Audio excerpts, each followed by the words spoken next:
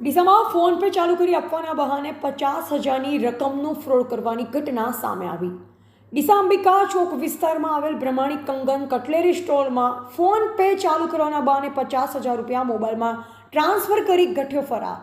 દુકાન માલિક દ્વારા થોડાક સમય અગાઉ ફોન પે ચાલુ કરવા માટે દુકાન માટે આપવામાં આવેલ હતી અરજી। દુકાન માલિક પાસેથી મોબાઈલ લઈ અને ફોન પેમાંથી 50,000 રૂપિયા ટ્રાન્સફર કરી નજર ચૂકવી ગઠ્યો થયો ફરાર।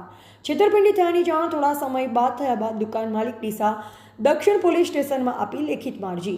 દરરોજ બની રહેલા ઓનલાઈન પેમેન્ટ અને પેટીએમના નામે ઠગાઈ થવાની ઘટનાઓ વધી રહી છે, ત્યારે ડીસામાં વધુ એક ઘટના સામે આવી। ઠગાઈ કરનાર વ્યક્તિના સીસીટીવી ફૂટેજ આવ્યા સામે। શું બનાવ બન્યો હતો કાકા આજે? આજે બપોરે 3:30 વાગે મારી દુકાને ફોનપે ના ભાઈ આવ્યા હતા। એમને મેં મહિના પહેલાં ફોનપે માટે અરજી આપી હતી કે ભાઈ મારા પાસે ફોનપે ચાલુ કરવા માટે ફોનપેને રિપ્લેસ માટે ફોન મારો માગ્યો હતો, રિક્વેસ્ટ માટે તે મારે એમાં ફોન આપ્યો હતો। એમાં એમને 1 મિનિટ ટ્રાન્સફર કર્યા મારા ખાતામાં ટ્રાન્સફર કર્યા પછી એમને સેટિંગ માટે મારો ફોન પાછો માગ્યો।